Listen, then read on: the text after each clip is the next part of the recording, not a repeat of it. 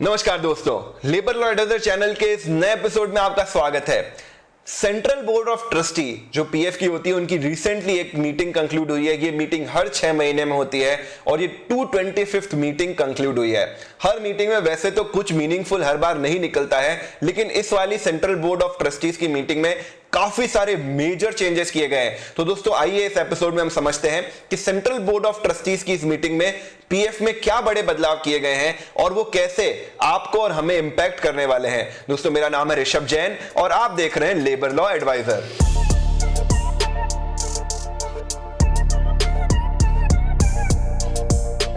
तो ये जो सेंट्रल बोर्ड ऑफ ट्रस्टीज की मीटिंग हुई थी, ये 21 अगस्त 2019 को हुई थी हमारे labour minister mister Santosh Kumar Gangwar की अध्यक्षता में।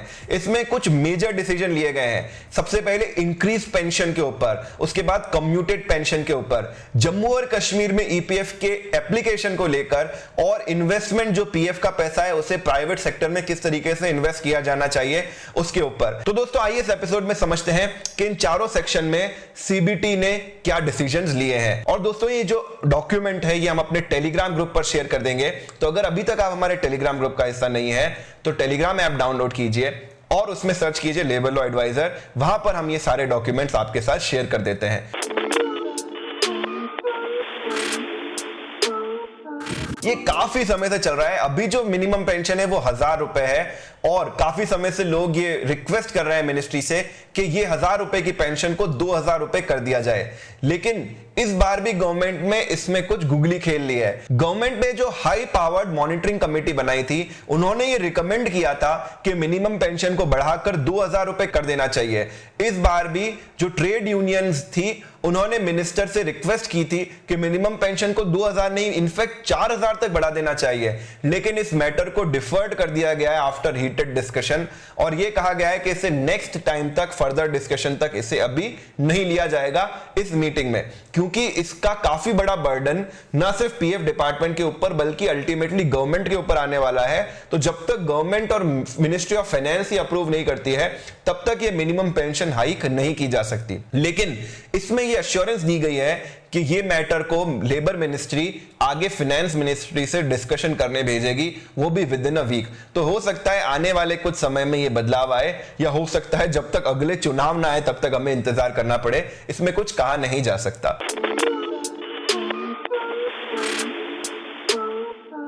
दूसरा बदलाव जो बहुत ही पॉजिटिव बदलाव आया है वो आया है कम्यूटेड पेंशन पर। आप बोलेंगे कम्यूटेड पेंशन क्या है, मैं बताता हूं दोस्तों। तो पहले ऐसा था, 2009 से पहले जो व्यक्ति अपनी पेंशन शुरू कर रहे थे उनको एक ऑप्शन दिया जाता था कि वो अपने पेंशन फंड में से एक लमसम अमाउंट तो तुरंत जॉब छोड़ने के बाद ही ले लें।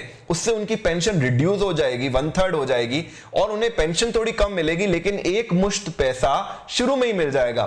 तो इसका फायदा लगभग 6.5 लाख पेंशनर्स ने उठाया। लेकिन पेंशनर्स यूनियन ये अपील कर रहे थे कि आफ्टर 15 इयर्स ये जो कम्यूटेड पेंशन है, यानी मान लीजिए किसी व्यक्ति की पेंशन 3000 रुपए बनती थी, उसे घटाकर 2000 रुपए कर दिया गया और रिटायरमेंट के समय उस व्यक्ति को एक बार में 20,000, 25,000, 50,000 रुपए एक साथ दे दिए गए। लेकिन ये जो रिड्यूस पेंशन थी 2000 कर दी गई थी, उसे 15 साल के बाद बढ़ाकर वापस से 3000 कर दिया जाए। ऐसी रिक्वेस्ट पेंशनर्स यूनियन काफी समय से करता आ रहा था। तो इस सीबीटी की मीटिंग में इस बात को अप्रूवल दे दिया गया है कि जिन लोगों ने अपनी एडवांस पार्ट विड्रॉल कर ली थी पेंशन के अंदर, उनकी कम्यूटेड पेंशन को रिस्टोर कर दिया जाए आफ्टर 15 इयर्स, यानी 15 साल तक जब उन्हें पेंशन मिल चुकी होगी उसके बाद उसे कम्यूट करके बढ़ा देना चाहिए। यानी 58 साल में आपकी पेंशन शुरू होती है, तो जब जो व्यक्ति 73 प्लस के हो गए हैं उनकी पेंशन इंक्रीज करके वापस कम्यूटेड पेंशन को रिस्टोर कर देना चाहिए। इसका फायदा कुल मिलाकर 6.5 लाख पेंशनर्स को होगा जिन्होंने भी लमसम अमाउंट अपने रिटायरमेंट के साथ विड्रॉ कर लिया था। लेकिन ये तुरंत इंप्लीमेंट नहीं होगा, इसमें एक्ट में अमेंडमेंट की जरूरत पड़ेगी, इसलिए इसमें कुछ समय अभी लगेगा।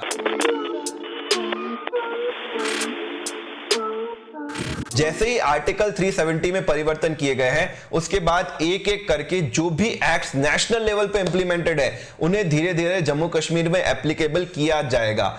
इसमें ईपीएफओ ने पहला स्टेप ले लिया है। जी हां दोस्तों, ऐसा पहला ही एक्ट ईपीएफ होगा जिन्होंने ऑलरेडी डिसीजन ले लिया है कि अब जम्मू कश्मीर में प्रोविडेंट फंड एक्ट लागू हो जाएगा। ये एक्ट जो दो न्यूली फॉर्म्ड यूनियन टेरिटरीज है, जम्मू एंड कश्मीर एंड लद्दाख, उन दोनों पर लागू होगा। एट प्रेजेंट वो Jammu and Kashmir employ provident fund organisation के अंतर्गत कवर्ड है। वहां के सारे ऑर्गेनाइजेशन जो लगभग 11,500 है, वहां पर लगभग 28 लाख एम्प्लॉइज इस एक्ट के अंदर कवर्ड है। लेकिन अब ये एक्ट नेशनल लेवल के प्रोविडेंट फंड एक्ट से रिप्लेस कर दिया जाएगा।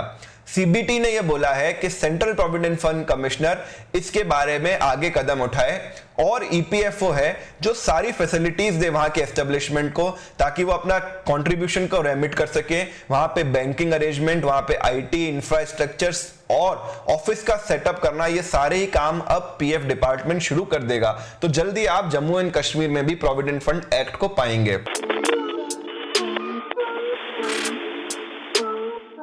जैसा कि आप जानते हैं दोस्तों, पिछले कुछ समय में एनपीएस का पहाड़ खड़ा हो गया है। यानी बहुत सारा पैसा जो पीएफ ने अपने एम्प्लॉइज का, पेंशनर्स का जगह जगह इन्वेस्ट किया था, वो पैसा पीएफ के पास वापस नहीं आ रहा है। ऐसे केस में इस बार के सीबीटी में कुछ सख्त डिसीजन लिए गए हैं। नंबर 1 ये बोला गया है कि जो पीएफ ने अपना करीब 600 करोड़ रुपए दीवान हाउसिंग फाइनेंस लिमिटेड में इन्वेस्ट किया था, उसे अर्ली रिडेम्प्ट कर दिया जाए। ये पैसा 2024 तक पीएफ डिपार्टमेंट ने यहां पर इन्वेस्ट करके रखा था, लेकिन अब पीएफ डिपार्टमेंट अपना अर्ली एग्जिट ऑप्शन यहां पर लगा रहा है, क्योंकि ऑलरेडी डीएचएफएल ने पिछले इंटरेस्ट का पेमेंट पीएफ डिपार्टमेंट को नहीं किया है। जैसा कि आप जानते हैं कि इससे पहले आईएल&एफएस में ऑलरेडी 574 करोड़ रुपए का नुकसान पीएफ डिपार्टमेंट को हो चुका है। इसी कड़ी में पीएफ डिपार्टमेंट ने आगे बोला है कि जो सारे इन्वेस्टमेंट जो प्राइवेट सेक्टर कंपनीज और बॉन्ड्स में है, उन सभी को फिलहाल के लिए रोक दिया जाए। भाई अभी और इन्वेस्टमेंट प्राइवेट सेक्टर में नहीं कर सकते हैं, क्योंकि इनफ पैसा डूब चुका ऑलरेडी।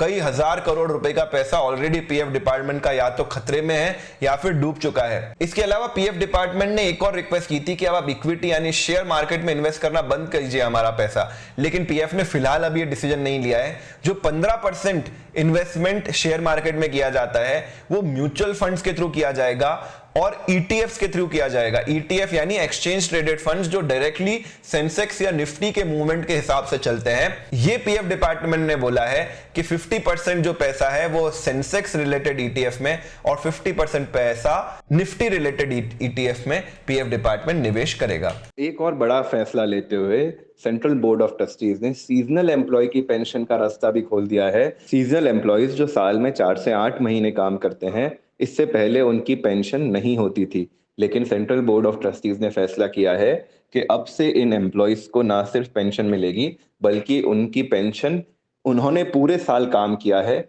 इस तरह कैलकुलेट की जाएगी। तो दोस्तों, ये जो डॉक्यूमेंट है इसे हम अपने टेलीग्राम ग्रुप पर आपके साथ शेयर कर देंगे। अगर आप अभी तक हमारे टेलीग्राम ग्रुप का हिस्सा नहीं बने हैं तो डाउनलोड कीजिए टेलीग्राम ऐप और उसमें सर्च कीजिए लेबर लॉ एडवाइजर। उम्मीद करता हूं आपको यह एपिसोड पसंद आया होगा। इसी तरह लेबर लॉ एडवाइजर चैनल के साथ जुड़े रहिए, जागरूक रहिए। जय हिंद, जय भारत। जाते जाते आज के सवाल का जवाब दे दीजिए। जीतने वाले किसी एक लकी विनर को दिया जाएगा 51 रुपए का यूपीआई कैश, जिसका रिजल्ट हम ब्लॉग पे पब्लिश करते हैं, जिसका लिंक आपको डिस्क्रिप्शन में मिलेगा। अगर आप हमसे लाइव बातचीत करना चाहते हैं तो इंस्टाग्राम पे फॉलो करना बिल्कुल भी मत भूलिए। हर संडे वहां पर लाइव सेशन कंडक्ट होता है। और अगर आप वीडियो आने से पहले ही लेटेस्ट डॉक्यूमेंट्स एंड अपडेट्स पाना चाहते हैं तो टेलीग्राम ऐप डाउनलोड करके लेबर लॉ एडवाइजर सर्च करें और ग्रुप को ज्वाइन कर लीजिए। और लेबर लॉ एडवाइजर के सभी सब्सक्राइबर्स जिन्होंने ज्वाइन बटन पर क्लिक करके एक मेंबरशिप ली है, उन्हें हम बहुत बड़ा थैंक यू बोलना चाहते हैं, क्योंकि आप लोगों की वजह से हमें सपोर्ट मिलता है नए वीडियोस क्रिएट करने का।